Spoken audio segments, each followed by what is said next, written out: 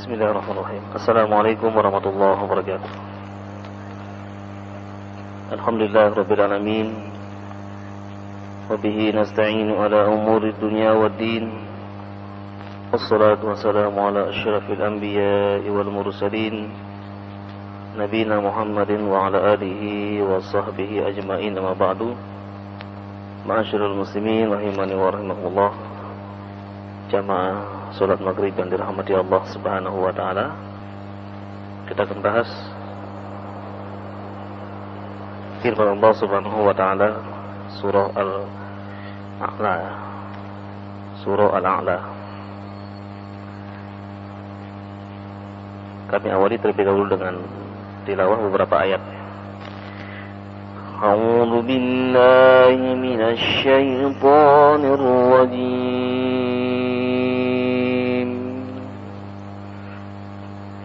Bismillahirrahmanirrahim. Sabbih isma rabbikal a'la. Alladzi khalaqa fasawwa. Walladzi qaddara fahada. Walladzi أخرج المرعى فجعله غثاء أحوى سنقرئك فلا تنسى إلا ما شاء الله إنه يعلم الجهر وما يخفى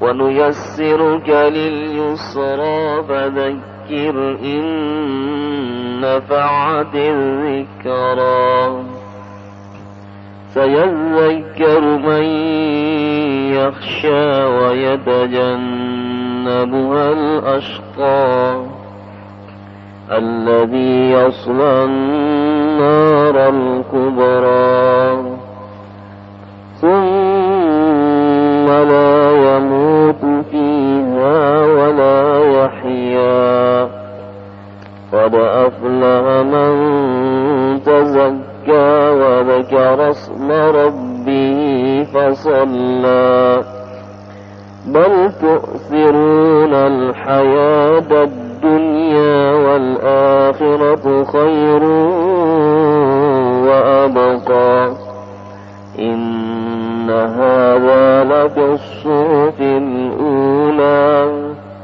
صحف إبراهيم وموسى. Baik, ma'asyiral muslimin, hadhihi as-surah 'azimatun jiddan. Surah ini sangatlah agung. Dia termasuk surah-surah Makkiyah, surah yang diturunkan sebelum Nabi hijrah. Sebagaimana sudah kita pelajari bahwa pendapat yang paling kuat, yang paling rajih, bahwa ayat-ayat Makkiyah atau surah-surah Makkiyah adalah surah yang diturunkan sebelum Nabi hijrah. Kalau surah Madaniyah adalah surah yang diturunkan atau ayat yang diturunkan setelah Nabi hijrah. Ini pendapat yang paling kuat karena ada yang mengatakan Makkiyah itu adalah surah-surah yang turun di Mekah, Madaniyah adalah surah yang turun di Madinah. Ketika ditanya, kalau turunnya bukan di Mekah, bukan di Madinah, namanya surah apa? Jadi bingung. Ada yang turun di Badar, ya, luar Madinah. Ada yang turun di Kuba, ada yang turun di Arafah, ada ayat yang turun di Mina, ada ayat yang turun pada saat Nabi berperang di Tabuk sana. Nah, pendapat yang rajih adalah sebagaimana yang kami sebutkan tadi. Imam Ibnu Katsir mengatakan pada tafsir ini, qala al-Imam Ahmad berkata, siapa Imam Ahmad? Imam Ahmad ini adalah murid dari Imam Syafi'i. Nanti Imam Ahmad ini pengikutnya membuat sebuah mazhab namanya mazhab Hambali. Imam Ahmad inilah gurunya para muhaddits, guru dari Imam Bukhari, guru dari Imam Muslim. Jadi ulama-ulama yang 4, yaitu Imam Abu Hanifah, Imam Maliki. Kalau Imam Abu Hanifah hidupnya di Kufah di Irak. Kemudian Imam Malik hidupnya di Madinah. Kemudian muridnya yaitu Imam Syafi'i. Beliau belajar kepada Imam Malik sampai Imam Malik meninggal dunia. Kemudian Imam Ahmad bin Hanbal hidupnya di Baghdad. Nah, pada masa itulah setelah Imam Syafi'i meninggal, Imam Malik meninggal, Imam Abu Hanifah meninggal, yang tersisa Imam Ahmad. Maka banyak murid-muridnya seperti Imam Bukhari, Imam Muslim, ahli hadis ini berguru kepada Imam Ahmad bin Hanbal. Nah, Imam Ibnu Katsir ini jauh. Yang kami baca ini adalah tafsir Ibnu Katsir, ini sangat jauh sekali. Pada abad yang ke-7. Pada abad yang ke-7 baru muncul Imam Ibnu Katsir. Nah, beliau meriwayatkan hadis dari Imam Ahmad dari Uqbah ibnu Amir al-Juhani. Lamma nazalat fasabbih bismi rabbikal azim, ketika turun ayat fasabbih bismi rabbikal azim di akhir surah Al-Waqiah. Qala lana Rasulullah sallallahu alaihi wasallam mengatakan kepada kita, ij'alu fi ruku'ikum fasabbih bismi rabbikal azim. Jadikanlah Rasulullah, ij'alu fi ruku'ikum, jadikanlah bacaan pada saat ruku'. Kemudian Nabi mengatakan subhana rabbil azim, maha suci Allah yang maha agung. Dalam riwayat yang lain subhana rabbil azim wa bihamdihi, maha suci Allah yang maha agung dan segala puji baginya. Falamma nazalat sabbihisma rabbikal a'la, ketika turun ayat ini, surah ini, surat Sabbihis ini, qala ij'aluha fi sujudikum, jadikanlah bacaan pada sujud kalian. Kemudian Nabi mengatakan subhana rabbiyal a'la, maha suci Allah yang maha tinggi.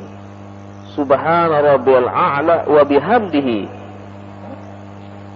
boleh, kedua-duanya boleh. Subhana rabbiyal a'la ada riwayatnya, subhana rabbiyal a'la wa bihamdi juga ada riwayatnya. Jadi kita mengetahui sekarang kenapa saat ruku kita membaca subhana rabbiyal azim. Dasar hukumnya, dalilnya adalah firman Allah Subhanahu wa taala akhir surah Al-Waqiah, "Wasabbih bismi rabbikal azim." Nabi mengatakan, jadikanlah pada bacaan rukukmu. Kemudian kalau ditanya, kenapa kita mengucapkan subhana rabbiyal a'la? Dalilnya kita sudah mengetahui, yaitu ketika turun sabbihisma rabbikal a'la, Nabi mengatakan, jadikanlah bacaan pada sujud kalian. Bisa dipahami Pak ya? Kalau supaya nanti kita ditanya, supaya bisa menjawab. Sebagaimana pernah saya tanyakan kepada jamaah juga, kenapa 1 tahun 12 bulan? Dari mana taunya? 1 tahun itu 12 bulan, dari mana taunya? Hah? Dari mana Pak? Dari mana Pak? Hah? Dari bulan Januari sampai Desember ya. Dari kalender ya. Iya, kalender. Kalender itu kapan? Kalender kan baru-baru saja.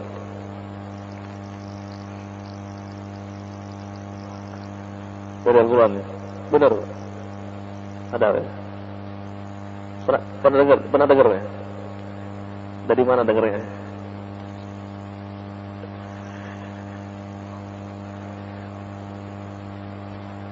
Allah menetapkan dalam 1 tahun 12 bulan. Saya sudah berkali-kali di sini menyampaikan,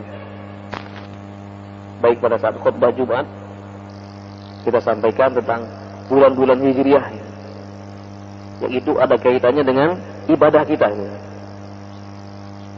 Kalau bulan-bulan Januari tidak ada kaitannya sama saya. Bulan-bulan atas ini ada kaitannya dengan masalah ibadah. Yang mengatakan 1 tahun 12 bulan adalah Allah Subhanahu wa taala dalam surah At-Taubah, satu-satunya surah yang tidak ada bismillahnya. Tapi ada satu surah yang ada bismillahnya, surah apa?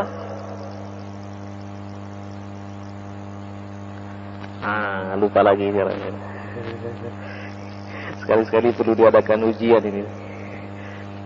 Iya, dengarkan ceramah lupa. Sering dengarkan tambah lupa ya. Surah An-Naml ayat 30. Itu isi dari suratnya Nabi Sulaiman yang dikirim kepada Ratu Balqis. Innahu min Sulaiman wa innahu bismillahirrahmanirrahim. Sepakat ulama tidak ada perbedaan. Sedangkan di surah Al-Fatihah ada perbedaan di antara para ulama. Nah, baik. Sekarang kita tahu bahwa dasar hukum kenapa 1 tahun 12 bulan terdapat dalam surah At-Taubah ayat 36. Siapa yang mengatakan Allah? Inna iddatash syuhuri indallahi 12 syahran fi kitabillahi yauma khalaqas samawati wal ard min zalika ad-dinul qayyim minha arba'atun hurum zalika ad-dinul qayyim fala tadlimu fihi anfusakum. Sesungguhnya bilangan-bilangan bulan di sisi Allah itu ada 12 bulan. Sudah ditetapkan di Lauhil Mahfuz ketika Allah menciptakan langit dan bumi ini, dan 4 di antaranya bulan haram. Itulah ketetapan yang lurus, agama yang lurus. Dan janganlah kalian menganiaya, memperbanyak berbuat dosa di bulan-bulan haram. Berarti paham lah ya? Berarti sudah 3. Kenapa kita baca Subhana Rabbil Azim pada saat ruku? Sudah tahu dalilnya. Kenapa kita baca Subhana Rabbil A'la pada saat ruku? Sujud, sudah tahu juga dalilnya. Rawahu Abu Dawud wa Ibnu Majah. Diriwayatkan oleh Abu Dawud dan Ibnu Majah. Kemudian surah Sabbih ini ada fadilahnya, ada keutamanya. Di antaranya bahwa surah Sabbih atau surah Al-A'la dibaca oleh Rasulullah SAW pada 2 Id, 2 salat Id, Idul Fitri dan Idul Adha, pada rakaat pertama. Kemudian yang kedua, Rasulullah SAW membaca Sabbih isma rabbikal a'la pada saat sholat witir. Pada saat sholat witir, pada rakaat pertama. Demikian juga Rasulullah menganjurkan membaca surah Sabbih pada saat sholat Isya.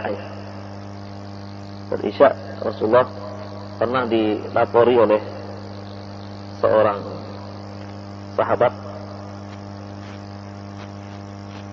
karena Mu'ad bin Jabal ya, saat itu dia memang terlalu malam datang pada satu sholat Isya. Saat itu Mu'ad bin Jabal sholat bersama Nabi, menjadi makmum. Karena dia menjadi imam, dia ditunggu oleh kaumnya. Ketika ditunggu sudah agak malam. Kemudian Mu'ad bin Jabal pun sholat mengimami kaumnya. Tadi dia sudah sholat bersama Rasulullah, tapi karena dia sebagai seorang imam, kemudian dia mengimami sholat kaumnya di kampungnya. Pada saat sholat, selesai membaca Al-Fatihah, kemudian beliau membaca Bismillahirrahmanirrahim, Alif Lam Mim, Zalikal kitabu la raiba fihi hudan lil muttaqin. Ada seorang sahabat di belakang. Aduh, ini gawat. Jangan-jangan Mu'ad bin Jabal membaca surah Al-Baqarah sampai habis. Berapa ayat? 200 berapa ayat? Sahabat ini kemudian mundur. Mundur, sholat sendiri, kemudian dia pulang. Sholat sendiri, habis itu pulang. Selesai sholat, ada yang bilang, ya Mu'ad, tadi ada jamaah kita yang mundur, sholat sendiri dan pulang. Apa kata Mu'ad? Huwa munafik. Orang munafik. Kemudian keesokan harinya ada yang bilang, wahai sahabatku, tadi malam Mu'ad bilang kau ini munafik karena engkau meninggalkan jamaah. Nah, kemudian sahabat ini tidak tinggal diam, dia menghadap Rasulullah, ya Rasulullah, saya ini dibilang munafik sama Mu'ad. Apa salah saya katanya? Kamu kenapa? Tadi malam Mu'ad sholatnya panjang sekali, baca surah Al-Baqarah. Kita sudah lama menunggu, dia baru datang dan sholat mengimami baca surah Al-Baqarah. Saya khawatir, saya kan setiap hari bekerja di kebun, saya sudah ngantuk. Daripada saya sholat saya nanti gak khusyuk, saya ngantuk, lebih baik saya sholat sendiri, saya pulang. Saya langsung tidur. Kemudian dipanggil Mu'ad. Rasulullah ketika itu marah. Ya Mu'ad, afattanun anta, afattanun anta, afattanun anta. Mu'ad, kau telah membuat fitnah. Kau telah membuat fitnah. Kau telah membuat fitnah. Fa'idha amamta, apabila kau menjadi imam, faqra' bisabbihisma rabbikal a'la. Faqra' bis-sama'i wat-tariq. Faqra' biwasyamsi wa duhaha. Faqra' biwattini waz-zaitun. Ini Mu'ad. Karena saat itu memang Mu'ad terlalu malam. Dan sahabat ini sudah tidak tahan, dia ngantuk, kemudian dia sholat sendiri. Mudah-mudahan di Masjid Mujahidin tidak ada yang seperti itu gitu. Kita belum apa, kita baru baca yang pendek-pendek. Saya baru membaca surah yang pendek-pendek. Subuh pun pendek-pendek semua. Paling panjang mungkin Ar-Rahman, Al-Waqi'ah. Kita belum mempraktekkan surah Alif Lam Mim Sajadah sama Al-Ata alal insan.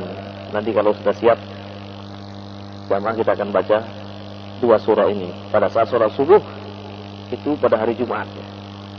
Nanti kalau sudah siap kita akan nanti dibaca dulu surahnya, dibaca biar kalau dengarkan khusyuk. Jadi ayat surah ini dibaca oleh Rasulullah saat sholat subuh, ahyanan wa ahyanan. Ya tidak sering juga dibaca. Itu panjang. Nanti insya Allah kalau sudah siap kita akan membacanya sesekali gitu. Dan insya Allah kita masih surahnya masih pendek-pendek. Sholat subuh Rasulullah SAW sholat dengan 100 ayat. Sholat isya beliau pernah membaca surah Al-A'raf 205 ayat. Itu pada rakaat pertama. Surah Al-A'raf. Bayangkan. Sholat maghrib beliau pernah membaca pada rakaat pertama Watturi wa kitabim mastur sampai akhir.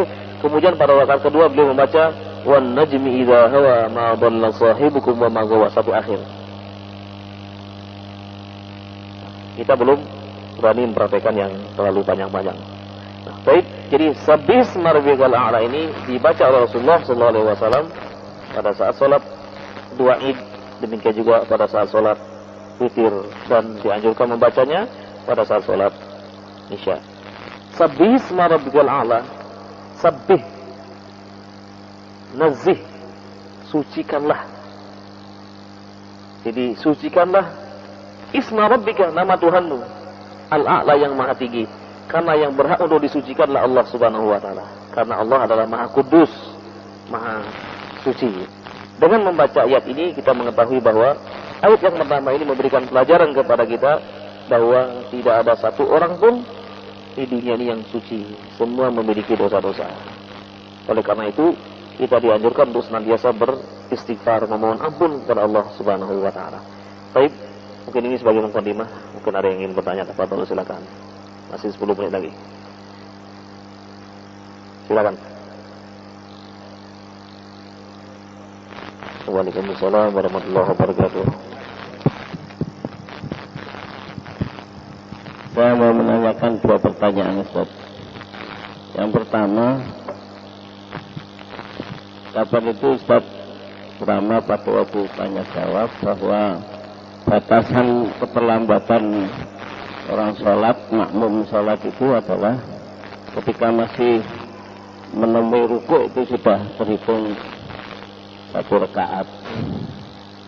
Terus dalam hal ini apakah tidak berlawanan dengan hadis Rasulullah yang mana tidak ada sholat kecuali membaca Al-Fatihah? Pada waktu rukuk tadi kan sudah baca ya Fatihahnya. Padahal Fatihah itu terus dibaca pada waktu 1 rakaat mesti membaca Fatihah. Ya, itu yang pertama. Satu dulu. Baik. Sebagaimana sabda Nabi SAW, la salata liman lam yaqra bi Fatihatil Kitab. Tidaklah sah salat seseorang kecuali dia membaca Fatihah, yaitu suratul Fatihah.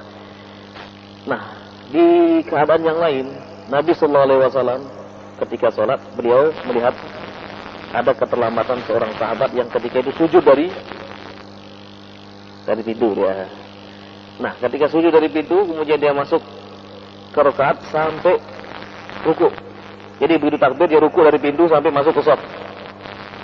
Setelah selesai sholat, Nabi mengatakan zadakallahu hisan wala ta'ud. Rasulullah SAW mengatakan mudah-mudahan Allah memberikan semangat kepada anda, tapi jangan diulangi lagi. Jadi pada saat itu Nabi tidak menyuruh menambah 1 rakaat. Disebutkan dalam sebuah hadis, man adrakar ruku faqad adrakar rak'ah. Siapa yang menemukan imam sedang ruku dan dia masuk pada ruku, maka mendapatkan 1 rakaat. Hadis yang pertama tadi, la salat liman lam yaqra bi Fatihatil Kitab, dia bengong saja gitu. Dari awal takbir bengong, enggak baca Fatihah, ini enggak sah. Dia dari awal normal, salatnya normal ya. Kemudian dia bengong saja, tidak membaca suratul Fatihah. Padahal dia tahu tentang bacaan suratul Fatihah. Maka ini dikatakan la salat liman lam yaqra bi Fatihatil Kitab. Jadi ini tidak bertentangan. Ini tidak bertentangan ya. Jadi karena dia datang, kemudian dia membaca masuk ke dalam shaf dalam ketika ruku, maka ini masih terhitung mendapatkan satu rakaat. Sedangkan yang tadi la salata liman lam yaqra bi Fatihatil Kitab, tidak sah salat seseorang ketika sebelum dia membaca Fatihatul Kitab, ini keadaannya normal. Dia salat bengong saja tidak membaca Fatihah, maka tidak sah salatnya. Baik. Yang kedua,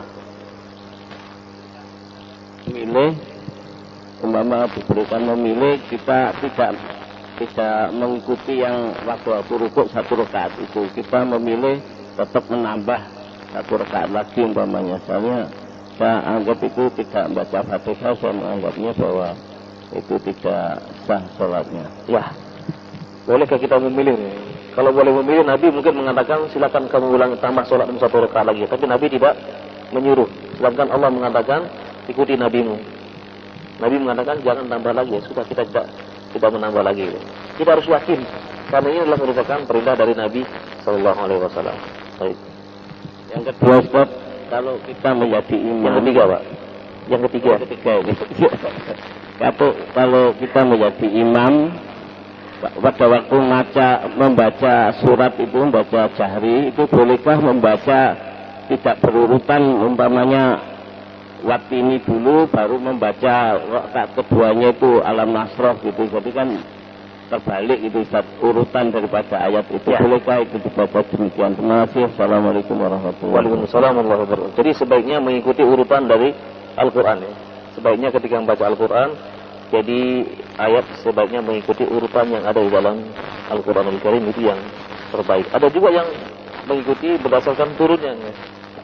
Tapi Nabi tidak pernah mencontohkan yang seperti itu. Nabi mencontohkan selalu ya, yang mengurutkan ini kan Nabi gitu ya. Jadi yang mengurutkan Al-Quran inilah dibimbing oleh Jibril.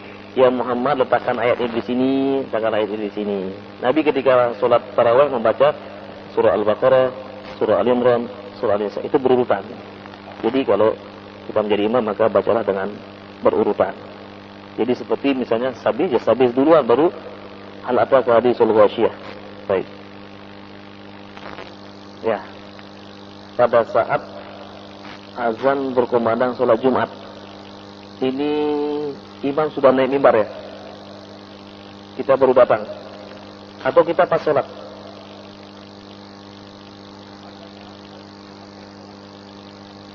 Masuk masjid, azan berkumandang, maka sebaiknya kita menjawab dulu baru kita sholat. Tapi setelah sholatnya jangan lambat-lambat, jangan panjang-panjang, pendek. Jadi dahulukan yang kita dengar, yaitu mendengarkan azan dulu kemudian baru sholat 2 rakaat. Kecuali kalau kita sudah takbir Allahu Akbar azan terus, sudah teruskan sholatnya. Ini masuk ke babul aula. Mana yang didahulukan? Nah, karena ketika didahulukan, karena sholatnya ini adalah Jumat, sudah dengar suara azan, maka kita jawab azan. Sama dengan jenazah, sholat asar, ada jenazah, mana yang didahulukan? Sholat asar atau sholat jenazah? Kita lihat hukum sholat 5 waktu itu hukumnya fardu ain. Kalau sholat jenazah hukumnya fardu kifayah. Mana yang lebih tinggi? Lebih tinggi fardu ain. Kalau fardu ain tidak boleh diwakilkan. Kita masing-masing bertanggung jawab. Nah, sedangkan sholat jenazah satu orang pun sudah cukup menyolatkan. Nah, karena ketika itu adalah ada fardu ain dan fardu kifayah, maka kita mendahulukan yang fardu ain, baru setelah itu sholat jenazah. Ada yang mengatakan, wah ini kan ada larangan dari Nabi. Ya, ada larangan dari Nabi, itu adalah sholat yang tidak ada sebab, yang tidak boleh setelah sholat asar kemudian kita tiba-tiba sholat sunnah yang tidak ada sebabnya, yaitu yang dilarang sholat sunnah mutlak. Karena ada ketika masuk masjid Nabi mengatakan, idza dakhala ahadukumul masjid fala yajlisanna hatta yarka'a rak'ataini. Apabila kalian masuk masjid, jangan duduk dulu, salatlah 2 rakaat. Nah, bagaimana kalau masuknya waktu asar? Saya sudah pulang, saya masuk masjid, apakah boleh saya salat? Boleh, karena ada sebab. Sebabnya apa? Dukhulul masjid, masuk masjid. Nah, yang nggak boleh adalah kita habis asar, kita zikir-zikir, kemudian kita sholat lagi. Ini yang nggak boleh. Ada ini yang disebut dengan min zawatil asbab. Oleh karena itu, ya kita dahulukanlah sholat asarnya. Jadi kalau kita mempelajari fikih, maka kita juga mempelajari usul fikih. Jadi kaidah-kaidah itu penting dipelajari, karena hadis-hadis Nabi, ayat-ayat Al-Quranul Karim tidak akan kita bisa memahaminya kecuali kita memahami kaidah-kaidah yang telah ditetapkan di dalam agama ini. Baik. Ya, silakan. Iya, sama. Setelah sholat subuh juga dilarang, setelah sholat asar dilarang, kalau tidak ada sebab. Rasulullah SAW dalam sabdanya mengatakan, sahabat mengatakan, nah Rasulullah SAW anis sholat bis asalasi awqat. Rasulullah melarang sholat pada 3 waktu. Ba'da sholat al-asr hatta tatu asyams. Setelah sholat asar sampai matahari akan taghrub asyams. Setelah sholat asar sampai matahari tenggelam. Ba'da sholat subuh hatta tatlu asyams. Setelah sholat subuh sampai matahari terbit. Wa fi waqti zahirah, pada saat persis matahari berada di atas kepala kita, ini adalah larangan. Jadi ini maksudnya sholat yang tidak ada sebabnya sama sekali. Baik, silakan. Ya. Iya. Jadi perbedaan itu terjadi hanya pada tingkat fikih. Perbedaan fikih la yadur. Perbedaan masalah fikih yadur. Yang tidak boleh berbeda adalah tauhid. Allah itu ahad, Allah itu as-samad, Allah itu lam yalid wa lam yulad. Ini mutlak, tidak bisa ditawar-tawar. Masalah fikih Rasulullah mencontohkan banyak. Pada saat sholat beliau kadang takbir begini, Allahu Akbar, sampai di sini. Allahu Akbar. Itu takbir sampai di sini. Allahu Akbar. Contohkan oleh Nabi SAW. Yang enggak ada itulah. Ada. Allah. Ini enggak ada ini. Kata takbirnya Allah Akbar, tidak ada. Nabi mencontohkan haudul mangkibai ini mazhab Syafi'i, ada yang sampai sini mazhab Imam Abu Hanifah, itu ada. Yang sampai sini mazhab Syafi'i, ada dalilnya. Kemudian saat ruku juga begitu, sujud. Ada yang mendahulukan tangan, ada yang mendahulukan lutut. Nabi pernah melakukan kedua-duanya. Nabi mendahulukan lututnya pernah, mendahulukan tangannya juga pernah. Kemudian pada saat duduk tahiyat, pada saat tahiyat awal dan akhir, Nabi pernah mencontohkan tahiyat awal duduknya adalah iftirash, tahiyat akhir juga duduknya iftirash. Kaki tidak sebagaimana tahiyat akhir. Itu pada sholat 4 rakaat itu ada dalilnya. Kemudian Nabi juga pernah mencontohkan pada rakaat kedua iftirash, pada rakaat terakhir duduk tawarruk. Itu juga pernah dicontohkan oleh Nabi sallallahu alaihi wasallam. Karena beliau tahu bahwa umat ini adalah mutanawi, macam-macam dia. Kemudian juga ketika berisyarat, di dalam satu hadis katakan kan Rasulullah SAW yushir wala yuharrik. Sahih Bukhari dan Muslim. Nabi SAW menunjuk, tidak digerakkan. Kemudian dari riwayat yang lain, Imam Abu Dawud meriwayatkan hadis kan Rasulullah SAW yushir wa yuharrik, menggerakkan. Nah, para imam-imam ini melihat ini yang kuat yang mana ini?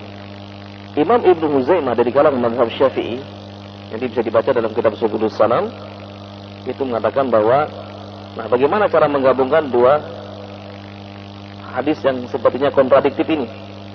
Nah, sehingga mazhab Syafi'i itu menggerakkan tangan pada saat asyhadu an la ilaha illallah wa asyhadu anna Muhammadar Rasulullah. Itu mazhab Syafi'i. Kalau mazhab Ahmad bin Hanbal dari awal yushir, tidak menggerakkan begini. Kalau mazhab Maliki menggerakkan dari awal. Tapi menggerakkannya bagaimana? Kalau saya perhatikan bagaimana para imam-imam yang ada di sana itu menggerakkan tangannya. Jadi kadang menggerakkan, diam, menggerakkan, gerakan lagi. Ada juga yang ternyata begini. Ada yang bergerak. Jadi kalau kami perhatikan para imam hadis itu menggerakkan. Itu tidak sampai mengganggu ya. Tidak sampai yusrifu basarul insan ilaihi. Tidak sampai orang itu memperhatikan mana ini. Tapi dia lupa, saya baca ayat juga gitu ya. Jadi ini yang menggerak-gerakkan cepat itu mengatakan bahwa yuharriku ini pakai fi'il mudhari'. Fi'il mudhari' itu tufidul istimrar, present continuous tense. Menggerakkan terus. Tapi kembali kepada tadi, ketika kita menggerakkan, kita juga perhatikan, jangan sampai, jangan-jangan dia terganggu dengan sholat saya itu. Jadi menggerakkan, kadang menggerakkan, kadang tidak. Kalau kita yakin, ya sudah, kita tidak usah menggerakkan. Semua dalilnya ada gitu ya. Jadi masalah fikih, masalah banyak, Bapak-bapak nanti akan ketemu pada saat melaksanakan ibadah haji, ibadah umroh. Masya Allah, kita tahu Islam itu luas, Masya Allah. Allah itu maha agung. Islam ini sangat luas sekali, luas dan luas. Kita akan menemukan berbagai macam ibadah nanti ketika kita sudah berada di tanah suci. Di situ diuji kita. Oh, ternyata pengetahuan saya nggak sampai ke sana. Kita kan kadang-kadang mudah menyalahkan. Padahal kita baru mempelajari yang itu. Hadis-hadis Nabi ribuan. Imam Bukhari mengatakan, saya mengumpulkan hadis ini yang sahih-sahih dan yang sahih yang lain masih saya tinggalkan sangat banyak sekali. Demikian juga Imam Muslim begitu. Saya mengumpulkan hadis sahih ini, yang sahih-sahih yang lain masih saya tinggalkan. Ada kutubutis, ada ribuan, jutaan hadis Nabi sallallahu alaihi wasallam. Kalau itu masalah-masalah fikih la yadur. Masalah-masalah fikih, masalah-masalah furu' la yadurru. Tidak memudaratkan, tidak membahayakan. Yang mana saja. Kita yakin bahwa namanya sudah, tidak usah menggerakkan. Jadi kalau kita yakin, kita sujud dengan mengedepankan tangan dulu, ya sudah tangan. Kalau lutut dulu ya silakan. Itu semuanya juga ada dalilnya dan ada contoh dari Rasulullah sallallahu alaihi wasallam. Jadi Bapak akan mengetahui saat melaksanakan ibadah haji atau ibadah umrah, di sana nggak ada orang yang usil, nggak ada yang sholat begini. Bahkan ada yang begini salah paham, sholat begini, itu ada. Ya. Ini dalam mazhab Maliki, ketika itu Imam Malik sholat begini karena sedang sakit ya, sedang sakit karena bisa begini hujan. Tapi ada juga Syiah sholatnya begini. Itu lain tadi dalilnya gitu. Kalau Imam Malik memang pada saat itu sakit dan terdapat dalam kitab Al-Mudawwanah Al-Kubra berjilid-jilid ditulis oleh Imam Sahnun, dan ini banyak tersebar di daerah Mesir bagian barat, Skandaria, demikian juga di bagian utara, demikian juga di Afrika. Ini banyak tersebar mazhabnya Imam Malik. Jadi sebenarnya itu adalah mereka belum tuntas membaca kitab Al-Mudawwanah Al-Kubra. Padahal Imam Malik pada saat sholat begini, karena memang sakit tidak bisa bersedekah pada saat itu. Baik, mungkin ini yang dapat sampaikan. Masih ada waktu, tapi kita pergunakan siap-siap untuk mengambil air wudu. Qulu qawli hadza wa astaghfirullaha wa lakum. Subhanakallahumma wa bihamdika asyhadu an la ilaha illa anta astaghfiruka wa atubu ilaik. Wa sallallahu ala nabiyyina Muhammadin wa ala alihi wa sahbihi ajma'in. Assalamualaikum warahmatullahi wabarakatuh.